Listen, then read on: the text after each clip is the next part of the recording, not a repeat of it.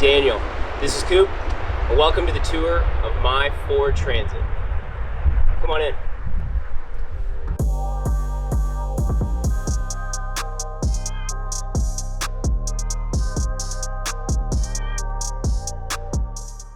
This is a 2017 Ford Transit, and that is the year that I started going full-time in the van.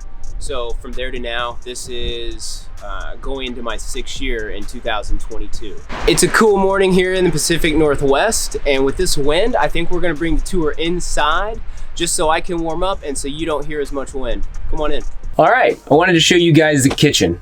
What you see is what you get here. You're also in the foyer and my living room, but what we've got is an induction cooktop. Here's sink and access to the faucet, and where our water system is contained underneath the cabinets, and then just counter space. Here you've got your window vents. You can open these, so when you are cooking, you can allow airflow to come in, and then if you've got your fan on, it's easy to ventilate.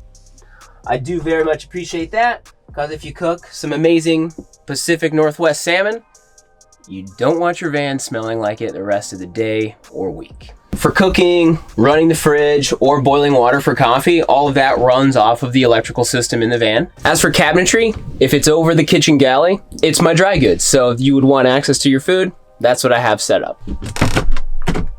I like to claim to eat healthy, but if you look around, you might find a couple cookies, crackers, and things like that. But mostly protein bars and just quick sources of healthy foods. Other side is coffee and things, seasonings, my own multivitamins, as well as my dogs and dog treats, of course. These are some old bike chains that were just corner welded to keep them in place, as well as my old handlebars from my college bike.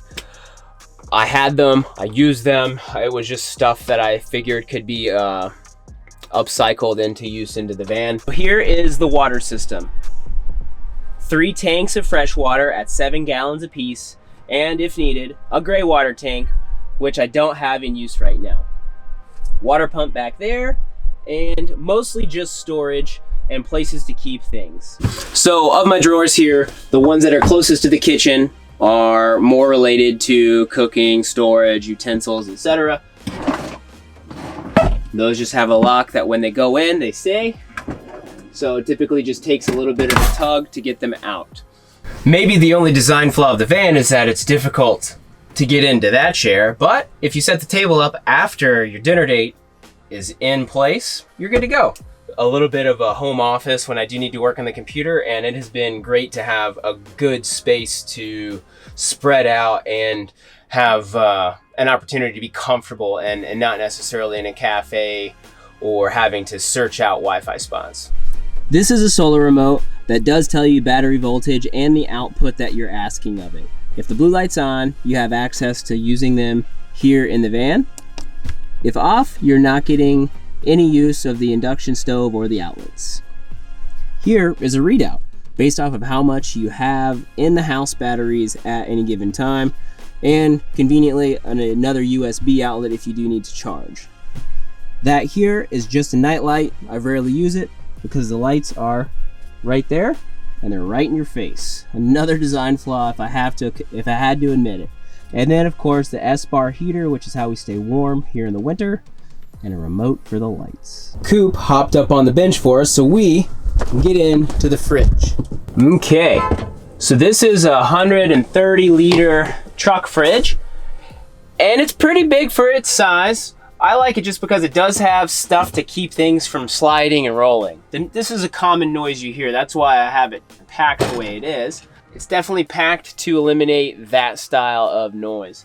But overall, love having it this size, just because this will normally last me a good several days out in the backcountry, especially if I'm traveling with people or we're grilling out and doing community meals. I've got this slider window, which I am a big fan of. It allows more air, so when it comes to drying things, it's a lot better.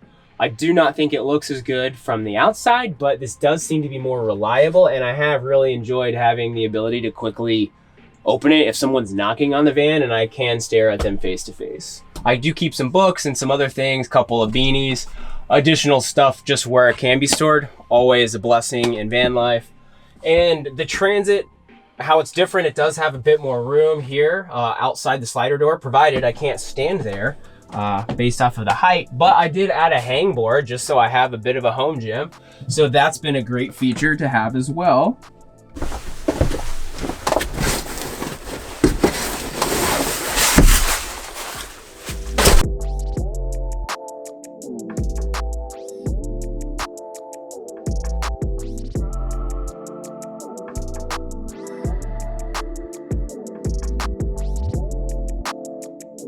I don't know if it looks like it's night inside now, but it does do a pretty good job of not only blacking out light, but in terms of letting heat out, it is fantastic for keeping things warm once you get it heated up in here.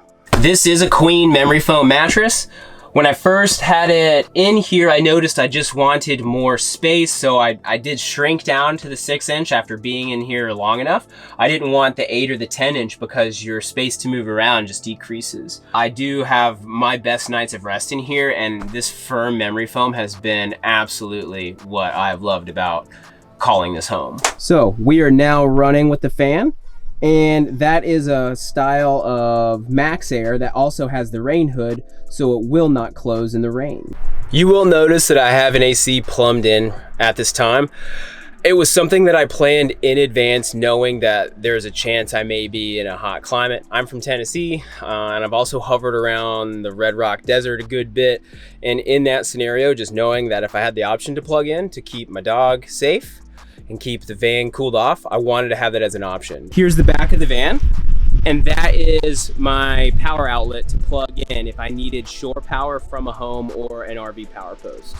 The bikes are mounted with Rocky mounts, so these are clamp fork mounting style mounts, and they mount right to L-track on the floor to where they're adjustable and can be moved to either side. Camp Chef outdoor shower. So that's on-demand hot water, so as long as it's plugged up to propane, when it feels flow of water, it heats it instantly, and then you have hot water coming out of the shower head. It's fantastic. Here's the onboard air compressor. I have that mounted securely in the back, so if I do need to deflate and reinflate the van tires or just work on my bikes, I'm able to do so with the flip of a switch. All 3 lithium batteries are here in a nice access box in the rear if I do need to access anything at all. And those are battle-born lithiums, getting me around 240 amp hours, which has been more than enough for me to power in this van. You can see fan, around 300 watts of solar panels, as well as the AC. Not everyone in vans is all about the rack, but this is why I am.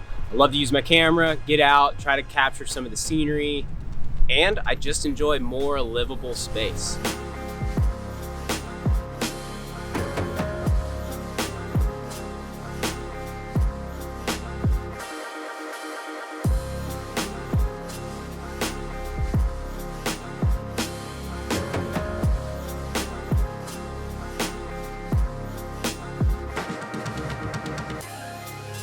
Not something I use in the wind all the time, but having an awning is not bad either.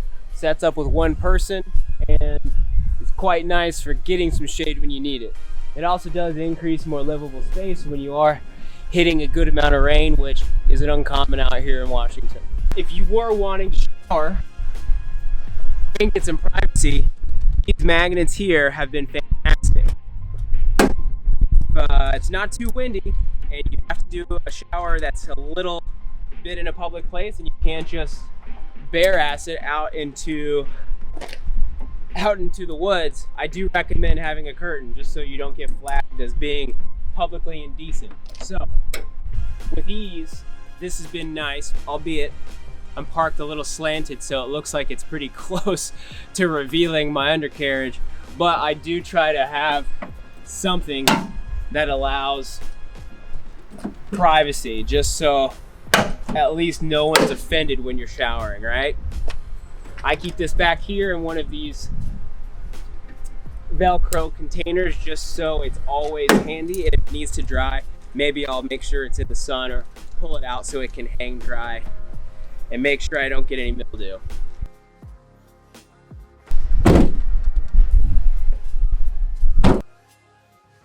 This also is a rotating chair, which is what I do love about the livability of this layout, is when this is turned, you have one of the best seats in the house.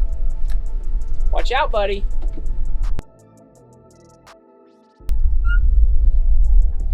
The Lagoon table is really popular in the van life community.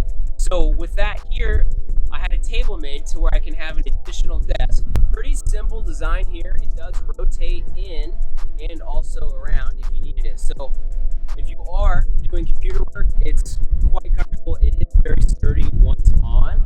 And if you were to use it outdoors for just more table space and cooking, etc., it will get outside a good bit, and I'm quite grateful it does. So you can also exit really quickly and then move on to the next thing.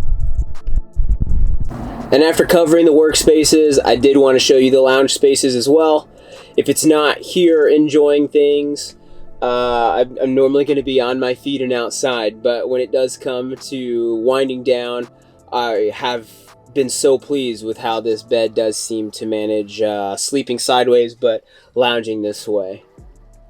You also have access to the fan if you do need to change temps and cool things off.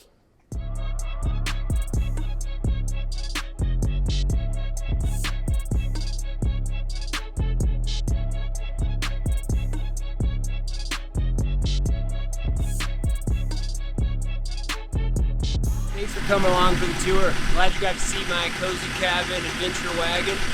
Hey, if you see me on the road, get in touch. Please subscribe to my channel, like this video, comment below, or you can find me on Instagram at MountainManDan.